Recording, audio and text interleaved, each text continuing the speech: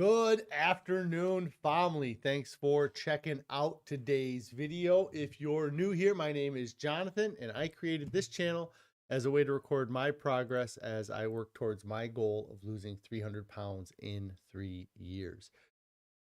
If you'd like to join the family, make sure you hit that subscribe button down below. Also, click on the bell icon so you get alerted when I go live or post new videos. If you'd like to reach out to me outside of YouTube here, you can consider joining the Discord I created. There's a link for that down in the description below. Also, in the description below is a link to my Pinterest board. That's a great place for you guys to see the meals that our family has been enjoying.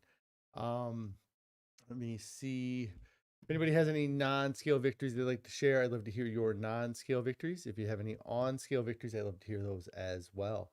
If you are struggling with your diet, what is causing your struggles? You know, if you're succeeding, what are you doing to succeed? And at the end of the day, what are some things you are going to do that will make staying on your diet easier than the alternative? So let's switch over to the main. Couple people checking in here. Rick, Cindy, Pretty Girl's mom, everybody saying happy Friday. Hello, happy Friday, everybody. Yes, getting ready for the weekend here. I hope you guys are able to get out and enjoy some decent weather, or at least do something fun over the weekend. It's getting colder here, so it's a little bit tougher to do that. Let me get my phone set up and we'll go over the food that I had eaten that I took photos of here. Let me see. I don't think I have a ton of photos. I'm not great at that, I suppose. Christy checking and saying hello. Hello, Christy. Let me pull this up. So last night for dinner, I'm not even sure what the name of it is. It's like a potato and vegetable soup that we had last night. Corn, celery, onions, lots of carrots in it. It was really a great dinner last night. I enjoy it a lot. We've had this meal a few times, and it was called potato corn chowder. Carrie's telling me potato corn chowder is the name of it. Like I said, I really enjoyed it last night, and that was dinner last night. I did not take any photos this morning of the oatmeal, but we just had our standard oatmeal. It might have had carrots in it this morning. I don't remember, but our savory oatmeal. And then for lunch today, we had some leftovers from a couple days ago. This is the barley soup that I believe I probably showed a photo of from a couple days ago that we had as leftovers. So I ended up having that for lunch and then a few potatoes throughout the day, just grabbing them and eating them just like an apple. So that was food. This was so much food, and it was really awesome. The thing with these soups that we have found is that as leftovers, they generally are a little bit better just because all the flavors can kind of marinate together. And with this barley, the barley itself was actually able to absorb those flavors a little bit better as well. So this was great having this for lunch today as well. Let's see. Pretty Girl's mom says you're attending an old-fashioned Christmas concert on Sunday. That sounds like a lot of fun. And then Cindy says, today you reached 80 pounds down. That is incredible, Cindy.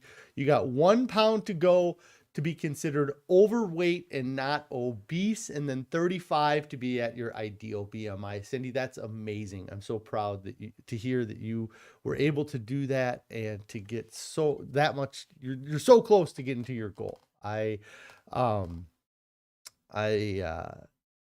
the big thing. Like when I get to my goal, and it wasn't really intentional at the time, but if I get to under 220 pounds, I will be able to go from being in the obese category to the overweight category, which is crazy to me because I've already lost 225 pounds and I'm still considered in the obese category. Just shows how obese I was. But congratulations, Cindy. I am looking forward to your updates with that last pound and then the following 35 to go. That's awesome. Rick here says leftover potatoes. What is that? No, the barley soup was leftover. The potatoes were fresh. Carrie came into the office today and cooked up some potatoes. I went to go grab potatoes and I saw that we had that barley soup, and I knew that if I didn't eat the barley soup today, that it would definitely go bad. So there are some extra potatoes. I got them in a Ziploc bag, and I plan on bringing the extra potatoes home so we have them this weekend. Carrie says that she would hate for them to go to waste. Yes. Oh, okay. I didn't even see that. It said, hey, John, bring those leftover potatoes home. I didn't see Carrie's comment there. That's what Rick was referring to, leftover potatoes. Yes, I'll have to. I already got them all ready to go. So I will bring those home when I leave here in a little bit. Yeah, it's getting ready for the weekend here. I don't have a ton to update with today. I think, actually the title of today's stream was it's conquering obesity with food. And that is just a concept that's, prior to the starting this challenge and learning what I know about food and eating this way now for a couple years, totally lost my train of thought. When I started this, I expected that I would be curing my obesity by abstaining from large volumes of food. I would, eat a low calorie diet, and that generally means eating less food.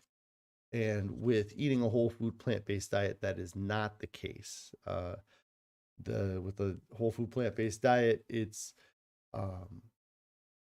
you're able to eat large volumes of food. You just make sure that the calorie density is much lower, and it makes for a much better result than a lot of the other diets that at least I've tried in the past, or any success I've tried to see through dieting has been through eating super low calorie, eating very little food. So it would be curing obesity through lack of food, I guess, is what I had always assumed would be the proper way to do it. And you can definitely lose weight,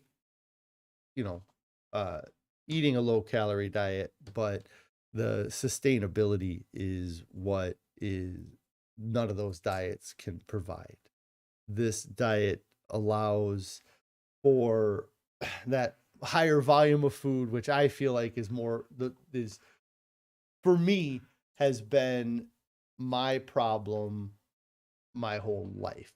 Is, like, it was always seen as a problem in my head. I would always be like, why do I have to eat so much food? Why can't I stop eating? Why do I feel like I have this bottomless gut? And when you're eating foods that are high in calories, then it's really easy for you to end up being overweight. And when you can, and so, yeah, I was always blaming myself that it was my fault that I couldn't control my appetite. And what I found now that it's part of me. Like, I require more food to be satisfied than maybe most people. And because I have that requirement, that for me to be satisfied, I end up eating a lot of calories.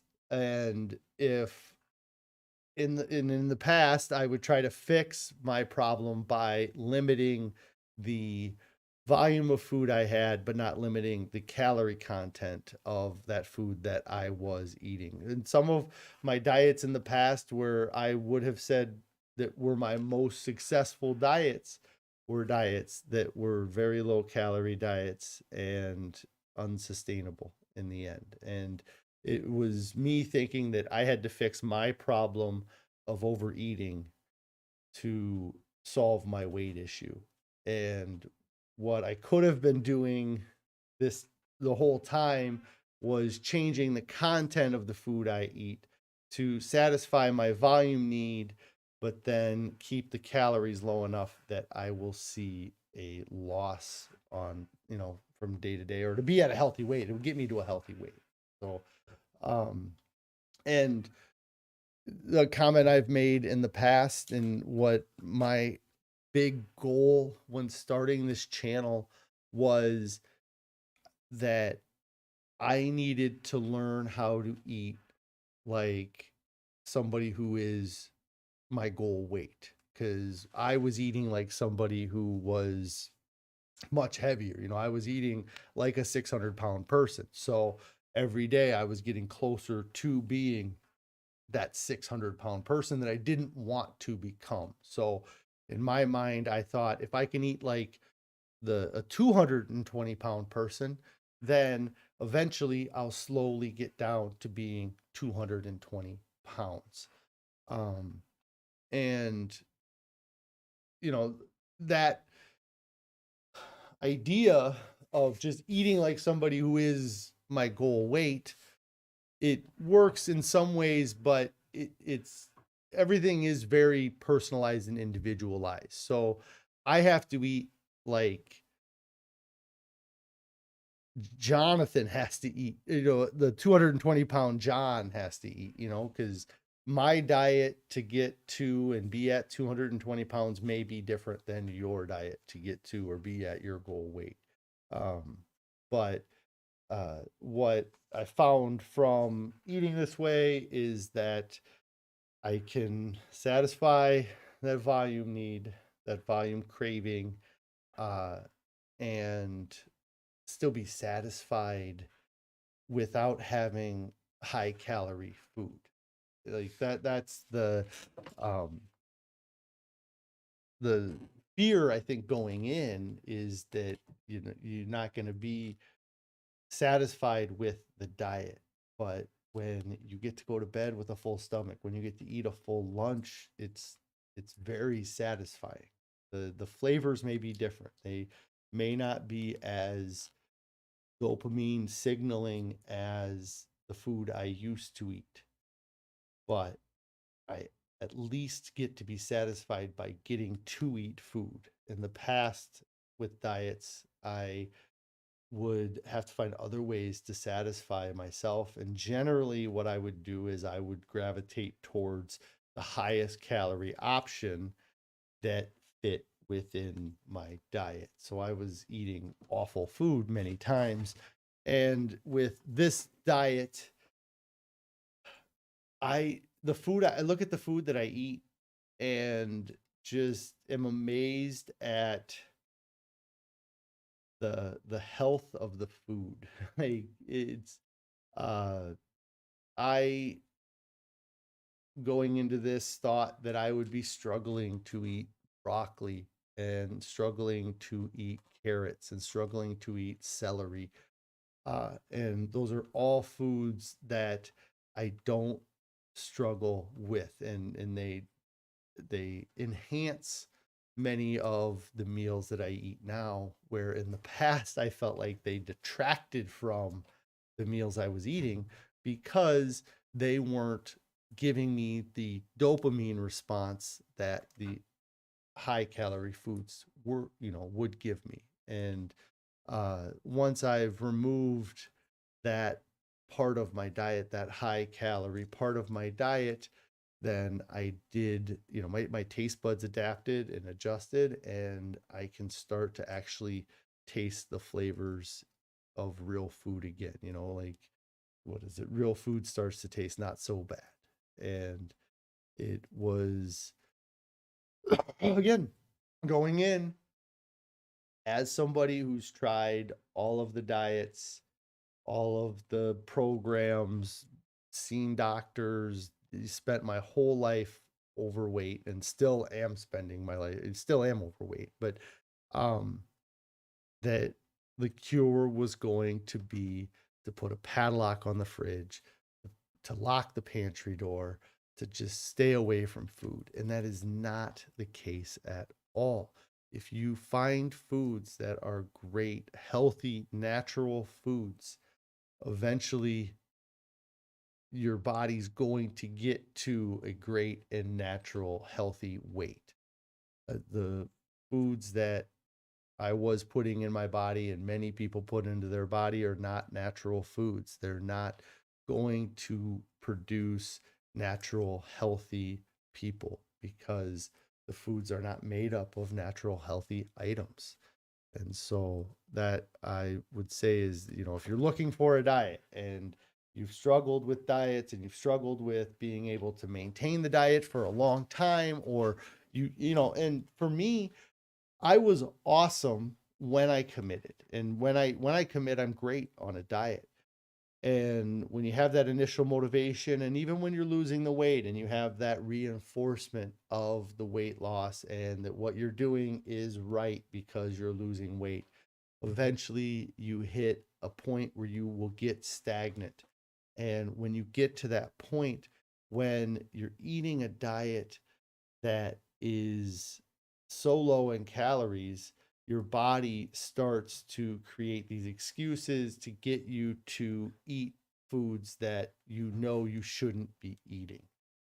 And then it becomes difficult to continually avoid that temptation.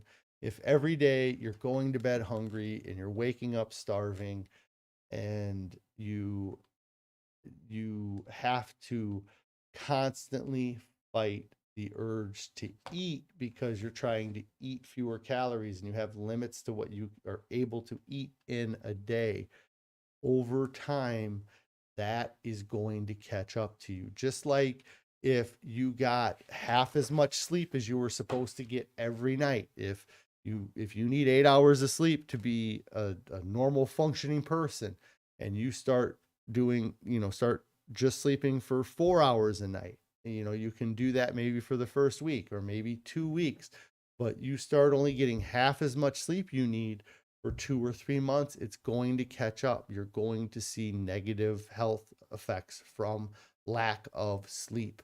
The same thing happens with lack of calories. Your body is going to make up for that loss initially and is going to try to find ways to get through that difficult time. But eventually, it's going to be really hard to maintain or sustain that restriction in your life. And that's where these diets fail. And when the diets fail, then, we've all been there. You start to let things in. You don't see the negative effect of those negative things right away. And so you don't necessarily tie that negative thing to the weight gain that you see 3 days later or 4 days later, or your lack of being able to lose any more weight. And you continue to justify or make justifications to eat poorly. And it things fall apart. With a whole food plant-based diet, you don't have to worry about your starvation mind coming in. That starvation mentality doesn't come in because I'm not starving. I may still look at other foods and be tempted by them and have cravings for other foods, but they don't get so great that I can't overcome them because I'm not denying myself some food. I'm eating a large amount of food, uh, and because of that, I'm able to continue to stay on this diet and stick with it. So, um, so the overall message, I guess, is like I kind of said before, is if you're struggling to lose weight and you have been spending years or your time trying to eat low calorie diets or calorie restrictive diets, give eating a whole food plant-based diet a chance. Try it for 3 weeks, try it for 1 month. What is the harm in trying the diet?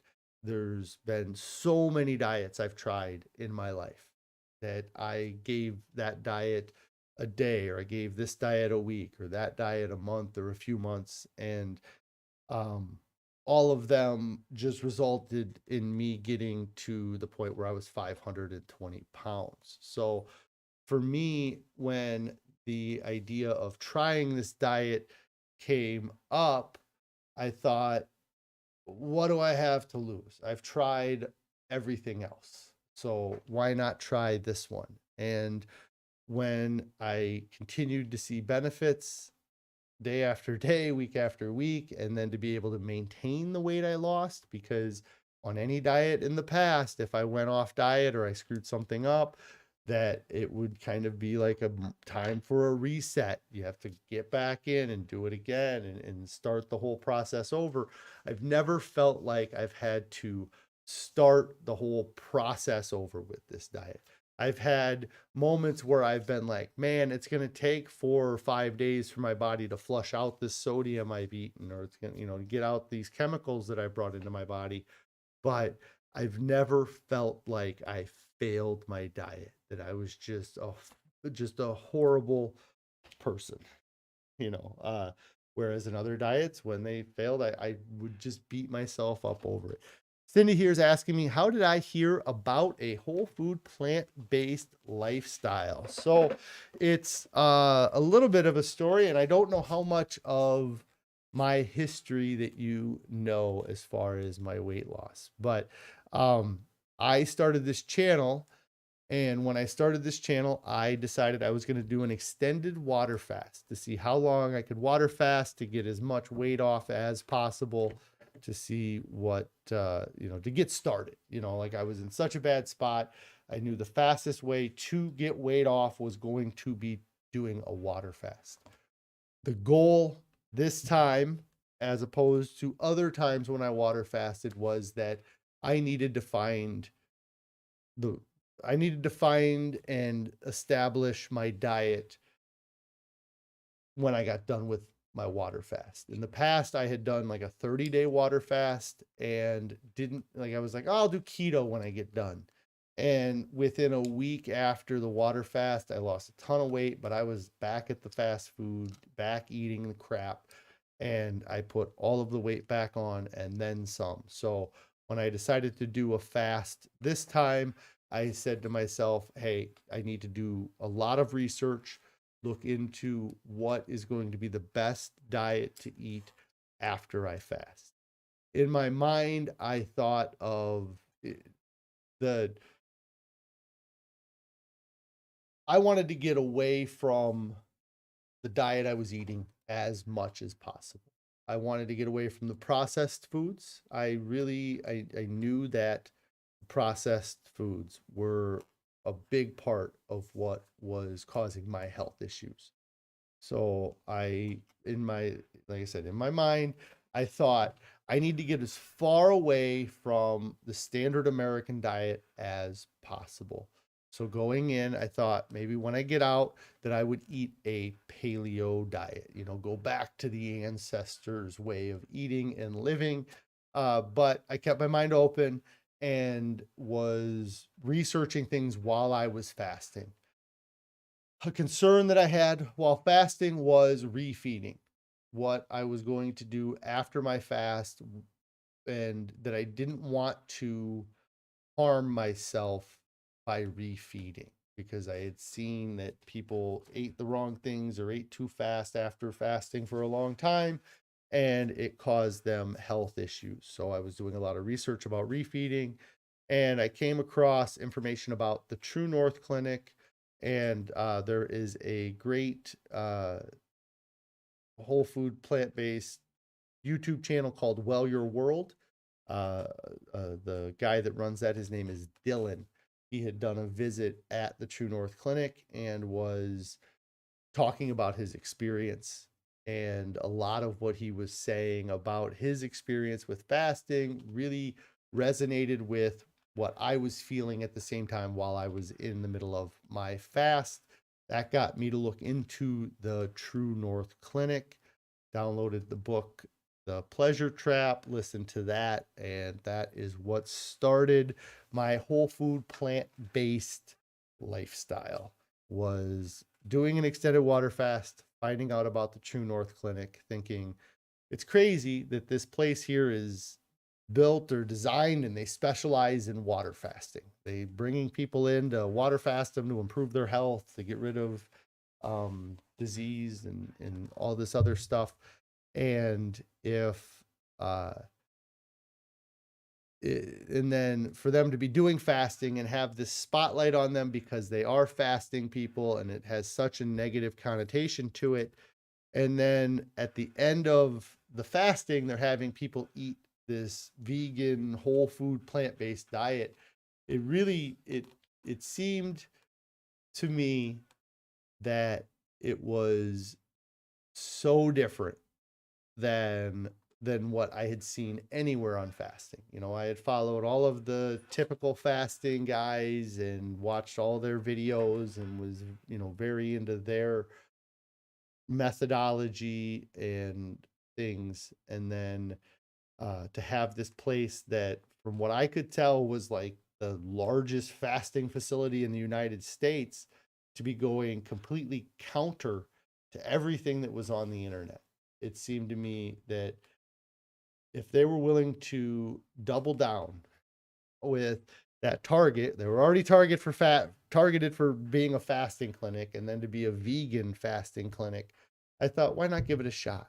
And I finished my fast. I had bought a ton of ground beef while I was fasting because I was at the beginning of the fast. I was going to eat this, you know, I was going to eat only pasture fed, you know, the best of the best quality meats, and ended up feeding those to our dog, mostly. Um, and so yeah, I was like, well, I'll give it a shot. And I finished my fast. I had lost 90 pounds at the end of my fast, and that was in 42 days. Within a week or 10 days after that, I got on the scale again. I had been refeeding and eating a decent amount of food, or eating better. And I had lost another 10 pounds, which was another thing that all of these fasting people that I had been following, everything that they talked about was, you're going to fast, you're going to lose a ton of weight. And then after you start refeeding, you'll gain 10, 20 pounds of that weight back. Well, 10 days after my fast, I had already lost 90 pounds during the fast. 10 days later, I was at 100 pounds lost. So I thought, well, maybe there's something to doing this. Picked up Joel Fuhrman's book. What is it? Eat to Live. Listen to all kinds of books. And if you want to see the books I've listened to about whole food plant-based, there's a list down in the description below that shows all the whole food plant-based books that I've listened to since starting this on November of 2020. So that is a very long explanation about how I learned about a whole food plant-based diet. So happy that I did stumble onto the True North Clinic and Chef AJ, and reading the Pleasure Trap, and it was great. So that's where I heard about eating a whole food plant-based diet. You know, maybe in the comments below, you guys can tell me where you guys heard about a whole food plant-based diet, and I can see where everybody else heard about it. But I know that for me, was not my intention going in. Never planned on eating this way or sitting in front of a microphone talking about eating a vegan diet and being healthier because of it. And, you know, for me, yeah, it definitely took a left turn when that happened. And I couldn't be happier that I found this way of eating, and it's definitely changed what I know about food and what I understand about the processes here. Cindy, here, you say that you got it from watching Dr. Greger on YouTube. In fact, I watched Dr. Greger video this morning. It was a really good video. It was an interview he had done with somebody. Let me see if I can pull it up here to see. But No, phone. Don't do that. I was just trying to see if I could find the history. Where's the history view? Evidence-based, it says everyone should eat vegan. The diet is the leading killer. So what he was, the video was from Vegan Linked is who posted the video, but he was just talking about how at one time cigarettes was the leading cause of death among Americans, and now that they have corrected that the leading cause of death now is from diet and from what we eat. A lot of what he talked about was stuff that I'm really into, as far as he gives a breakdown of the dietary guidelines that were put into place back in like the 60s or 70s, and how the initial guidelines didn't, it called for reduction in meat, and then eventually that got changed to eat lean meat or something, or eat uh yeah, something crazy. One of the recommendations is to eat as little saturated fat as possible, which is kind of an interesting way to phrase it, because the only place that they get this saturated fat is from meat products. So essentially they are saying, hey, you shouldn't eat meat if you want to be healthy, because you should eat as little saturated as fat as possible. But they don't come out and say you shouldn't, eat as little meat as possible, even though that's the only place you can get saturated fat. You should eat, and just the lobbying, there was discussion about how the conflict of interest of the people that are on these governing bodies or these councils making these decisions. Many of them are former food executives, or they're going to be future food executives, or they used to be lobbyists for the food industry. It's all intertwined, and it's very toxic what they end up doing to us because of it. Pretty Girl's mom here says that they had come across the starch solution in Dr. McDougall about 6 years ago. Then Chef AJ, The Pleasure Trap, Dr. Fuhrman Dr. Fuhrman was on a PBS special 2 years ago that you saw that too. That's great. So, yeah,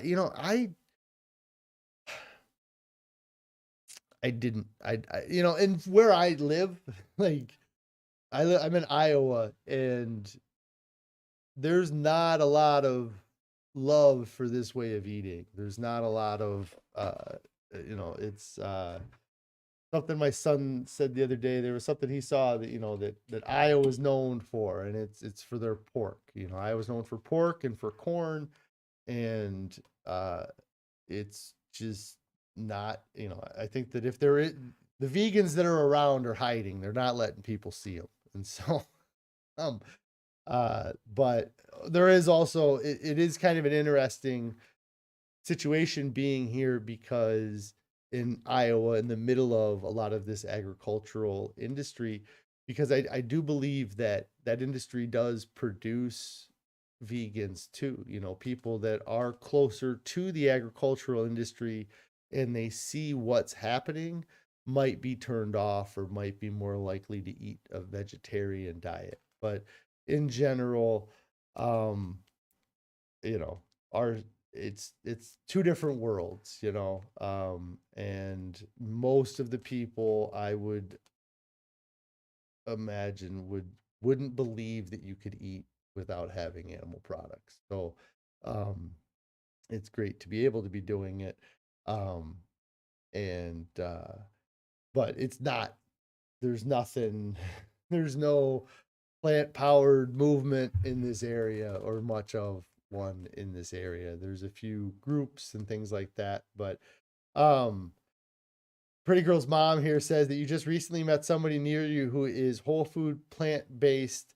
There are some more that call themselves vegan around you. Yeah, and it is nice. We did do one meetup at through a Facebook page where it was this vegan group in the area. It might be from Plant Pure Nation. I'm not sure. But anyways, we went to a meetup, and the there was a couple of vegans there, and then the one couple that came with their kids is the only other vegan family that I know of that go to the same school as our kids. I just know that they must have a kid that's older than my son, because my son's teacher had mentioned that they had made accommodations for vegan the previous year for some of the events that the kids had to do. So, so the one vegan I already knew about, I had not met them before, but I already knew they existed. I ended up meeting it wasn't even in our town. It was the next town over that we had this meetup. So,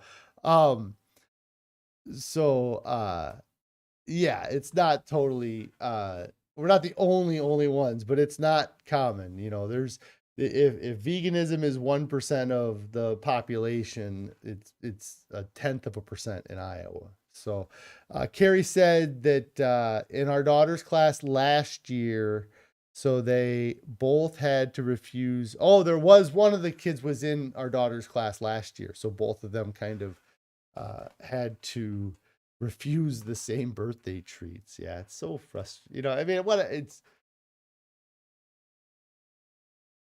I mean, it's just frustrating because we've changed. You know, it's not anything that society's done or the schools are doing. It's that we've changed, and it's hard to fit into this world sometimes. So, anyways, I went a lot longer than I expected today. I got a couple things I got to get done. I got started late too. I apologize for getting started late, but I am going to hop off here for the weekend. I am looking forward to relaxing a little bit and just hanging out. So I don't think we have anything huge going on this weekend that I have to worry about. We're not traveling, which is nice. We were last weekend. Cindy here says that you are in California and you went to a restaurant and asked if the dish was vegan, and you were asked, what is that? Yes. I definitely would get some looks if you go into a restaurant and ask them to veganize it. But yeah, it's crazy that you are finding places that they haven't heard about it. It's definitely becoming more common. Really nice that the grocery stores are catering towards it a little bit more. What I would say is that with our whole food plant-based diet, the grocery stores have been catering to that for decades. You could always go get rice and beans and potatoes and get produce from the grocery store, but it does not look as amazing as those boxes of food that those companies spent millions and millions of dollars to pay somebody to design the box with the lettering on the right size and the right spot and the right color and the right font type, so that you will choose that box of Apple Jacks over a box of apples. You know, like the healthy food has really always been in the grocery store, but it was always looked at as too healthy for me. Sorry, I'm trying to fix this focus. It bugs me when it does it. I know you guys probably don't notice a difference, but yeah, Pretty Girl says, wow, even in California. Yeah, and I'm sure there's some areas in California that aren't, you know, so I live in Iowa, but we are right on the border of Illinois. And one of the things that they run into that always gets talked about around here is that the all of their laws and all of their policies are set up or dictated by what is going on in Chicago. But there is a lot of state outside of Chicago that doesn't have the views and the opinions necessarily that the city of Chicago itself has. So I'm sure California is similar in that way, that, you know, you go to LA, you go to San Francisco, you go to San Diego, you're going to see different things than if you go into the desert of California, into cities that I don't even know the names of. But I'm sure there are very lots of cities in California that are small podunk towns, just like you find in Illinois, even though there is major metropolitan uh, city in the state. So, um, but yeah, it's pretty crazy. Anyways, I'm going to get out of here. Thank you guys for all of the support. I hope you all have a great weekend. If you have not hit that subscribe button yet, click that. If you haven't hit the subscribe button yet, click the subscribe button. If you haven't clicked on the bell icon, make sure you click on the bell icon so you get alerted when I go live or post new videos. If you haven't liked this video and commented down below, make sure you do those two things for me to help out that algorithm a little bit. And if you haven't started your diet yet, get started right now. Go clean that pantry out, run to the grocery store, fill up that shopping cart full of wonderful whole food, plant-based foods. But get started right now. There's no reason to wait. There's nothing coming up tomorrow or Sunday that is more important than your health and your overall well-being. Quit saying, I'll start Monday. Start right now. Get started now. Nobody ever reaches their goals, looks back and says, oh man, I should have waited that extra week.